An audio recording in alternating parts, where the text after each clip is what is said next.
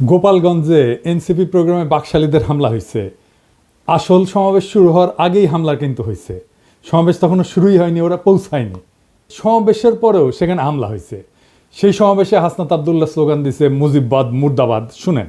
মুজিববাদ মুজিববাদ মুর্দাবাদ মুর্দাবাদ মুজিববাদ মুজিববাদ মুর্দাবাদ মুর্দাবাদ মুর্দাবাদ মুর্দাবাদ মুজিববাদ মুজিববাদ মুজিববাদ মুজিববাদ মুর্দাবাদ মুর্দাবাদ ইনকিলাব ইনকিলাব জিন্দাবাদ জিন্দাবাদ। এনসিপি যাইতেছে গোপালগঞ্জ শহরে, আর বাকশালীরা টুঙ্গিপাড়া পাহারা দেয়। আরে বেকুব, টুঙ্গিপাড়ার দায়িত্ব তো আমার। লোহা না গরম হইলে হাতুড়ি দিয়ে লোহায় বাড়ি দিয়ে লাভ আছে কোনো? বাকশালীদের ঔদ্ধত্য আর জনগণের ঘৃণা সেই পর্যায়ে পৌঁছাইলে টুঙ্গিপাড়া জয় বাংলা হয়ে যাবে, কেউ ঠেকাইতে পারবে না। টুঙ্গিপাড়া বাঁচানির একমাত্র রাস্তা হইতেছে বাকশালীদের জাতির কাছে ক্ষমা চাওয়া, নয়তো অপেক্ষা করা লোহা গরম হওয়ার। পিনাকির শপথ মিস হয় না, যা কইছি করে দেখাবো ইনশাল্লাহ। আওয়ামী লীগ আসলে কি, বাকশাল আসলে কি? একটা নিষিদ্ধ ঘোষিত সংগঠন যারা 16 বছর ধরে রাষ্ট্রকে দখল করে রাখা আয়নাঘর আর গুমখুনের রাষ্ট্র বানাইছিল। 1 বছর হয় নাই হাজার হাজার ছাত্ররে মারলো পাখির মতো গুলি কেরা। আর এই ছাত্রলীগ আওয়ামী লীগ নিজেরা অস্ত্র হাতে হাসিনা পুলিশের সাথে নামিছিল। তাদের মধ্যে যারা পলাইছে তারা তো পলাইছেই, আর বাকিগুলা গোপালগঞ্জে যায় ঢুকিছে। রাজনৈতিক নেতাদের জন্মস্থানে সেই দলের একটা প্রভাব থাকে দীর্ঘদিন, এটা স্বাভাবিক। গোপালগঞ্জেও আওয়ামী লীগের প্রভাব থাকবে, আওয়ামী মনোভাবাপন্ন মানুষ থাকবে, কিন্তু একটা রাজনৈতিক দলের শান্তিপূর্ণ কর্মসূচি করতে দেবে না। প্রাইভেট বাহিনী দিয়ে অস্ত্র হাতে সমাবেশ শুরুর আগেই সমাবেশ স্থল ভাঙবে, এটা কি মগের মুল্লুক? কেন বিএনপিকে তো গত ফেব্রুয়ারিতে সমাবেশ করতে বাধা দেয় নাই? আমরা তো কথা বলার সভা সমাবেশের স্বাধীনতা চাইছি, রাজনীতির স্বাধীনতা চাইছি। হাসিনা এটা করতে দেয়নি, তো গোপালগঞ্জে কি এখনো হাসিনার শাসন চলে? বিএনপি ওখানে করতে পারলে এনসিপি কেন করতে পারবে না? মানে গোপালগঞ্জের আওয়ামী লীগের সাথে কি এমন প্রেম বিএনপির যে তারা সমাবেশ করতে পারবে, আর কি এমন শত্রুতা এনসিপির যে তারা যাইতেই পারবে না? বিএনপি কি হাসিনার বিরুদ্ধে লড়াই করে নাই? এই বিএনপি যখন 2024-এর 14 সেপ্টেম্বরে প্রোগ্রাম করতে যাইতেছিল, তখন গাড়ি বহরে হামলা করে 3 জন বিএনপির নেতাকর্মীকে মাইরা ফেলাইছিল এই গোপালগঞ্জের বাকশালীরা। আর আজকা বিএনপির কর্মীরা উল্লাস করিচ্ছে আওয়ামী লীগের মতোই, যে এনসিপি মার খাইছে, দাওয়া খাইছে, উল্লাস করিচ্ছে। হ্যাঁ, কি বেকুবের বেকুব রে। তো বিএনপি পরে প্রোগ্রাম করলো যখন, তখন কোনো হইল না কেন? কোনো অ্যারেঞ্জমেন্ট হয়েছিল নিশ্চয়ই। তো যখন পরে বিএনপি প্রোগ্রাম করতে গেল, তখন কেন আওয়ামী লীগ ট্রিগার্ড হইল না? কেন ডাক্তার জাহিদ ট্রিগার্ড হইল না? কেন কচু খেতে ট্রিগার্ড হইল না? কেন আগে থেকে আওয়ামী লীগেরা চ্যালেঞ্জ ছুড়ে দিতে থাকলো? প্রশ্নটা এখানেই। তার মানে বিএনপির সাথে গোপালগঞ্জ আওয়ামী লীগের এই মুহূর্তে কোনো কনফ্লিক্ট নাই, কনফ্লিক্ট আছে এনসিপির সাথে। তার মানে এনসিপি সেই শক্তি যা হাসিনাকে উৎখাত করছে, তারে ঠেকাইতে হবে। বিএনপির সাথে আর কোনো শত্রুতা নাই। তাই আওয়াজ তুলছে গোপালগঞ্জের ছাত্ররা ঢুকতে পারবে না, ঢুকলেও বাইরে হতে পারবে না। এইটা ছিল মিথ। এই মিথ চুরমার হয়ে গেছে। রাজনৈতিক দলের কর্মসূচিকে নিরাপত্তা দেওয়া পুলিশের কর্তব্য, আর্মির কর্তব্য। এনসিপি মারপিট করতে যায় নাই, সভা করতে গেছে, রাজনৈতিক সভা। এনসিপির হাতে অস্ত্র ছিল না, আমরা সবাই দেখছি। তারা খালি হাতে গেছে, পুলিশ আর্মি নিরাপত্তা দিচ্ছে, তাদের পেশাগত কাজ করছে। পুলিশ আর্মি এই কাজটা করছে রক্তপাতহীনভাবে, কোনো প্রাণ ঝরে নাই, যতক্ষণ পর্যন্ত এনসিপির নেতারা ছিল। এটাই বিজয়, হাসিনার জামানাকে অতিক্রম করে যাওয়ার বিজয়। এই বিজয় এলো বর্ষা বিপ্লবের নায়কদের হাত ধরে। গোপালগঞ্জে মুজিব বিরোধী সমাবেশ করতে যাওয়া যায়, নিরাপদে ফিরেও আসা যায়, কোনো প্রাণঘাতী সংঘাত ছাড়াই। তারা তাদের কর্মসূচি শেষ করে ফেরত আসছে। এই ঘটনার রাজনৈতিক মূল্য অনেক। এইগুলাই ছোট ছোট বিজয়। আর গোপালগঞ্জের জনগণ নামে নাই, নাম ছিল বাকশালী গুন্ডারা। ওরা মরণপণ লড়াই করতে পারে না, সেটাও তো দেখলেন। এখন বলবেন কই 4 জন তো মারা গেছে। হ্যাঁ, মারা গেছে, কারণ তারা এনসিপির নেতারা ফিরে আসার পরে নানা জায়গায় হামলা শুরু করেছিল, বোমা আগ্নেয়াস্ত্র নিয়ে, এমনকি জেলখানা আক্রমণ করেছে। ক্যাজুয়ালিটি হয়েছে তারা ফিরে আসার পরে। আরও অনেককে চিনবার পারলাম এই সুযোগে। যেমন ধরেন বাংলাদেশের মিডিয়াগুলা, যেমন প্রথম আলো, জাউরা, ও বলছে যে কিছু লোক এসে হামলা চালাইছে। এই লোকের পরিচয় তারা জানে না। মতি মাহফুজকে এমনি আমি থাপড়াইতে চাই, জাউরার জীবন ভালো হবে না। এখন আবার কচু খেতে আসিছে মানবাধিকার নিয়ে, ওরে আমার ওরে ওবার মানবাধিকারও বুঝে। মানে আপনি একজন খুনি ডাকাতের মানবাধিকারের পক্ষে দাঁড়াইবেন, জার্মানিতে নাজি পার্টির সদস্যদের মানবাধিকারের পক্ষে দাঁড়াবেন। ওই সারাক্ষণ করে ধান্দাবাজি, জানেন? কই থেকে কি টাকা কামানো যায় তার ধান্দা করে। টাকা কামানো খারাপ কিছু না, কিন্তু মিনিমাম নৈতিকতা তো থাকবে। একটা এক্সাম্পল দিই, ওই যে মুস্তাক মারা গেল না, রিমান্ডে নিছিল, তার সাথে কিশোরকে ধরেছিল। কেন ধরেছিল জানেন?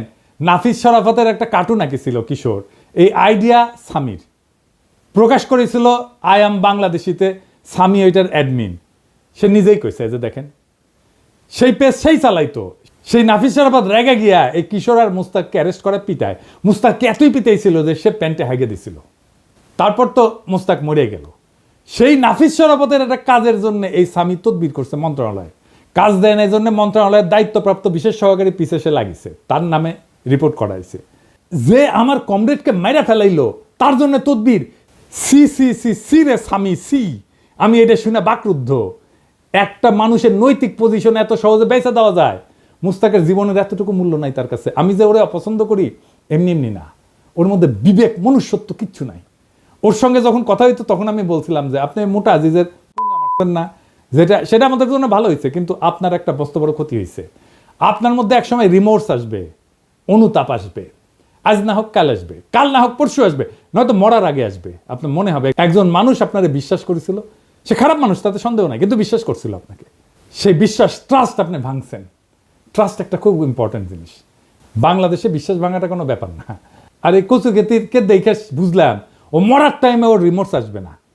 তবে আল্লাহর মায়ের বলে একটা জিনিস আছে না, সেটাও টের পাইতে শুরু করবে এখনই ও টের পাবে। বাংলাদেশের কোনো মানুষ তাকে আর বিশ্বাস করবে না। আর আমি তো আমার এপিসোডে তার প্রশংসা করেই যাব। মানুষ জানবে একজন অতিশয় ভালো মানুষ আছে দুনিয়ায়, সে ভালো কাজ করে, সে ভালো ছেলে, সন্ধ্যায় হাত মুখ ধুয়ে পড়তে বসে আর দেখে কোটি কোটি ধান্দা করা যায়, কোটি কোটি চান্দা আদায় করা যায়। কারে কারে দিয়ে চান্দা আদায় করে সেটাও জানি। যাই হোক, অনেকে কইতেছে যে এই হাসনাত আর্মি চিফের বিরুদ্ধে দাঁড়াইছিল, এখন আর্মির গাড়িতে কেন নিরাপত্তা নিল? আসেন ব্যাপারটা একটু বুঝে দেখি। আর্মি রাষ্ট্রের অধীনে একটা এজেন্সি, কিন্তু আর্মি নিজেই যদি একটা সার্বভৌম এজেন্সি হয়ে উঠতে চায় তাহলে রাষ্ট্রের নাগরিক তার বিরোধিতা করবে। আর্মি চিফ বাংলাদেশের পলিটিক্স নিয়ে কথা বলতেছে, যেটা তার ডোমেনের মধ্যে না। সে নিজে একটা সার্বভৌম এজেন্সি হয়ে উঠতে চাইছে। সার্বভৌম ক্ষমতা জনগণের, সেই সার্বভৌম ক্ষমতার শেয়ার কাউকে দেবে না গণসম্মতি ছাড়া। ওয়াকার গণসম্মতি ছাড়াই সেই সার্বভৌম ক্ষমতা নিতে চাইছিল। এনসিপি ছাত্ররা আমরা আর্মি চিফের সার্বভৌম এজেন্সি হয়ে এটার বিরোধিতা করছি, ভবিষ্যতেও করব যদি আবারও চেষ্টা করে। আমি রাষ্ট্রের নাগরিক হিসেবে রাষ্ট্রের বাহিনীর সব সার্ভিস পাওয়ার অধিকার রাখি। আমি নাগরিক হিসেবে তাদের নিয়োগকারীও বটে, আমাকে সেবা দেওয়া তার কর্তব্য। আর্মি চিফের সার্বভৌম এজেন্সি হয়ে ওঠার বিরোধিতা আর আর্মি নিরাপত্তা সার্ভিস নেওয়ার মধ্যে কোনো বিরোধ নাই, বরং রাষ্ট্র আর নাগরিকের মধ্যে সম্পর্কের ধরনই এটা। আর্মি এনসিপি নেতাদের অনুগ্রহ করে নাই, এনসিপি নেতারা ওয়াকারের বিরোধিতা করে ভুল করে নাই। আমার প্রোফাইলে বিএনপির পোলাপাইনরা এসে কমেন্ট করছে যে কেন ওরা পালায় আসলো, এটা কোনো হ্যাডম হইল? হ্যাডম নিয়ে হাঙ্কের সাথে ফাইট করতে আসে এনসিপি, বিএনপির সাথে ফাইট করতে আসে এই হ্যাডম নিয়া। আচ্ছা, খুব ভালো। 2023 সালের 28 অক্টোবর কয়েক লাখ লোকের সমাবেশ, সাউন্ড গ্রেডের আওয়াজে নেতারা মঞ্চ ছেড়ে পালায় গেছে। মির্জা আব্বাস বলে যে আমরা প্রাণ ভয়ে দাঁড়াইতে পারি নাই। মাঠ ফাঁকা, নেতারা শুধু না লাখো লাখো লোক ফাঁকা হইতে বেশি সময় লাগেনি। অস্ত্রের সামনে শূন্য হাতে টিকে থাকা সম্ভব না, এটা সবার মনে রেখে ট্রল করা উচিত। এই ছেলেদের অসীম সাহসের কারণে গত বছরের 5ই আগস্ট হাসিনা দেশ ছেড়ে পালাই যেতে বাধ্য হয়েছিল। এই ছেলেগুলো তখন রুখে দাঁড়াইলে আজও হাসিনা মসনদে থাকতো, খালেদা জিয়া আজকাল জেলে থাকতেন, আর আপনাদের অনেকেই গুম হইয়া আয়না ঘরে থাকতেন, কেউ কেউ মারাও যাইতেন ক্রস ফায়ারে। আপনাদের কে বুদ্ধি দেয় এনসিপির পিছে লাগতে? আপনাদের দল তো ছাত্রদের জন্য বিবৃতি দিছে, তাদের নিরাপত্তার জন্য উদ্বিগ্ন হয়েছে। আপনার দলের নেতাদের সাথে তো আপনাদের ডিসকানেকশন। এখন আমি বুঝতে পারি যে কেন মির্জা ফখরুল মাঝে মাঝে মেজাজ হারায় ফেলে, কেন বক্তৃতা দিতে যে ধমকা ধমকি করেন, থাপ্পড় টাপ্পড় মারেন। তাদের সাহসের প্রশংসা করতে না পারলে চুপ থাকেন। ওরা হুমকি সত্ত্বেও ওখানে যাওয়ার হিম্মত দেখাইছে। হামলার পরেও তারা সমাবেশস্থলে গেছে, বক্তৃতা করছে, মুজিববাদের বিরুদ্ধে স্লোগান দিছে। এই অসীম সাহস দেখানোর জন্য তাদের ধন্যবাদ। এইবার আসেন গোপালগঞ্জের আলোচনায়। কেন গোপালগঞ্জে যাওয়াটা জরুরি, দখল নেওয়াটা জরুরি? আসেন এই বিষয়টা আলাপ করে বুঝি। 1971 সালে 16ই ডিসেম্বর বাংলাদেশ স্বাধীন হয়। এটা আমাদের বিজয় দিবস। আমরা জানি যে ওই দিন আমরা পরাজিত করতে পারি, পাকিস্তানি বাহিনী আত্মসমর্পণ করে। 1971 সালে বাংলাদেশে পাকিস্তানি ভাবাদর্শের পরাজয় হয়েছে। তারপরে বাংলাদেশে পাকিস্তানি ভাবাদর্শে পলিটিক্স করা গেছে, যায়নি। বাংলাদেশকে মাইনাই পলিটিক্স করতে হয়েছে, এটাই নর্মাল। ওই সময় পাকিস্তানবাদী ছিল জামাত, এখনকার বাংলাদেশে পলিটিক্স করে, কিন্তু তারে বাংলাদেশ মাইনাই পলিটিক্স করতে হয় এবং পাকিস্তানি ভাবাদর্শকে ডিনাই কইরাই।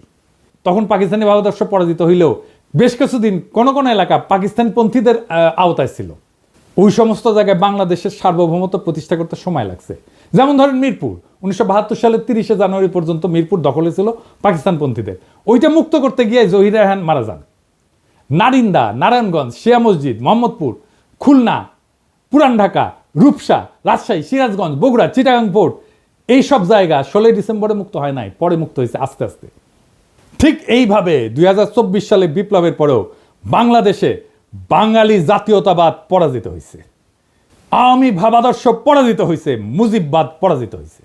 কেননা এইটা বাংলাদেশের সার্বভৌমত্ব মানত না, এইটা বাংলাদেশকে ইন্ডিয়ার পার্ট ভাবত। দেশের মানুষের বিক্ষোভের তোরে ইন্ডিয়ান আর্মিরে ডাকতেও তাদের আটকায় নাই, পাইকারি খুন করছে, দেশের জনগণের বিপক্ষে যুদ্ধ ঘোষণা করছে, তারা নিজেদের বাংলাদেশি মনে করা জনগণদের উপরে গুলি চালাইছে, সবাইকে বাঙালি হইতে বাধ্য করতে চাইছে। তাই ওইটা ফ্যাসিস্ট একটা রেজিম ছিল। তাই বাঙালি জাতীয়তাবাদ এবং মুজিববাদ, বাকশাল, আওয়ামী লীগ বাংলাদেশের পলিটিক্স করতে পারবে না, তারা বাংলাদেশি মানে না। কিন্তু 71-এর মিরপুরের মতোই 24-এও গোপালগঞ্জে এখনো বাঙালি জাতীয়তাবাদ, মুজিববাদ পরাজিত হয়নি। সেজন্য হাসনাত আব্দুল্লাহর গোপালগঞ্জে দাঁড়ায় মুজিববাদ মুর্দাবাদ, এটা খুবই প্রতীকী একটা কাজ হয়েছে।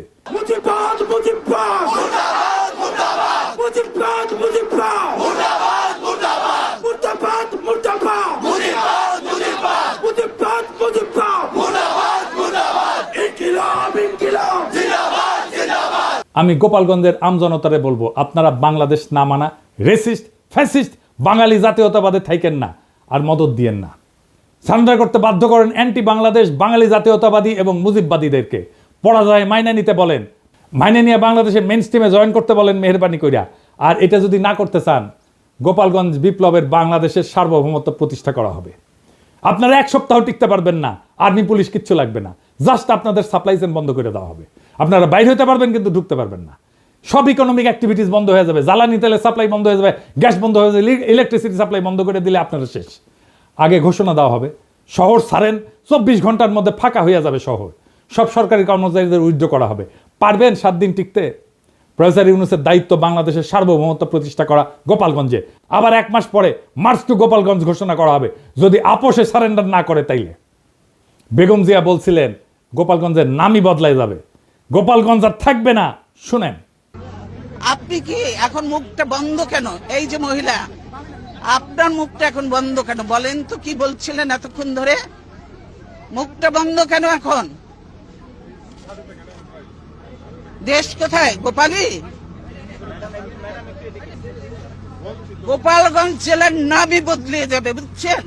গোপালগঞ্জ আর থাকবে না। এইটা বাস্তবায়ন করতে হবে। এর জন্য 2টা কাজ করা যায়। এক, গোপালগঞ্জের নামটা বদলে ফেলাই যায়, বা জেলা সদর পরিবর্তন করে অন্য উপজেলায় নেওয়া যায়, নাম বদলায় দেওয়া যায়। গোপালগঞ্জ বদলে কাশিয়ানি করা, কিন্তু মৌলিক কোনো পরিবর্তন করা হবে না। আর 2 নম্বর হচ্ছে গোপালগঞ্জের উপজেলাগুলোকে জিওগ্রাফিক্যাল লোকেশন, রোড কানেক্টিভিটি এবং হিস্টোরিক্যাল কালচারাল কানেকশনের ভিত্তিতে অন্যান্য জেলার সাথে রিডিস্ট্রিবিউট করে দেওয়া, গোপালগঞ্জ জেলায় বাদ দিয়ে দেওয়া। এক্ষেত্রে যেটা করা যেতে পারে, 1 নাম্বার, কাশিয়ানি এবং গোপালগঞ্জ সদরকে নড়াইলের সাথে যুক্ত করে দেওয়া যায়, মাকসুদপুর উপজেলাকে মাদারীপুরের সাথে যুক্ত করে দেওয়া যায়, কোটালীপাড়াকে বরিশালের সাথে যুক্ত করে নতুন নামকরণ করে দেওয়া যায়, আর টুঙ্গিপাড়াকে বাগেরহাটের সাথে যুক্ত করে নতুন নামকরণ করা যায়। তো এতে একটা জেলা কমে যাবে। তো একটা জেলা যদি কমে যায়, তাহলে আমরা কোনো একটা জায়গাকে, যেমন ভৈরব বা লাকসামকে নতুন জেলা ঘোষণা করে মোট জেলার সংখ্যা 64 রাখা যায়। এখন সময় আসছে একটা প্রতীকী কিন্তু বাস্তব সিদ্ধান্ত গ্রহণের। গোপালগঞ্জে বাংলাদেশের মানচিত্র থেকে কেবল এক প্রশাসনিক জেলা হিসাবে না, একটা দমন পীড়নের দুর্গ হিসাবে, বাকশাল মুজিববাদের দুর্গ হিসাবে চিহ্নিত করার ইতিহাস থেকে মুক্ত করতে হবে। টুঙ্গিপাড়া বা গোপালগঞ্জ কখনো একটা পরিবার বা মতাদর্শের ব্যক্তিগত দুর্গ হতে পারে না। এটা বাংলাদেশ নামের জাতির অংশ। এই জাতির মালিক জনগণ, কোনো পরিবার না। 1972 সালে যেমন মিরপুর জমাট পাকিস্তানি জাতীয়তাবাদ ঘুরায় দিছিল, জনতার বিজয়, সে তেমনি 2025 সালে গোপালগঞ্জে ভাঙতে হবে সেই বাঙালি জাতীয়তাবাদ, মুজিববাদের ছত্রবেশী ফ্যাসিবাদের দুর্গ। 21 শতকের বাংলাদেশে জায়গা নাই সেই রাজনীতির, যারা বাংলাদেশকে ভারতীয় মতাদর্শের গুদামে পরিণত করতে চায়। গোপালগঞ্জের প্রশাসনিক পুনর্বিন্যাস শুধু রাজনৈতিক প্রতিশোধ না, এটা ভবিষ্যতের জন্য বার্তা। আর কোনো জেলাকে পরিবারতন্ত্রের দুর্গ করা যাবে না। যে জেলা জনগণের বিরুদ্ধে চলে যায়, তাকে আবার জনগণের ভিতরে ছড়াই দিতে হবে।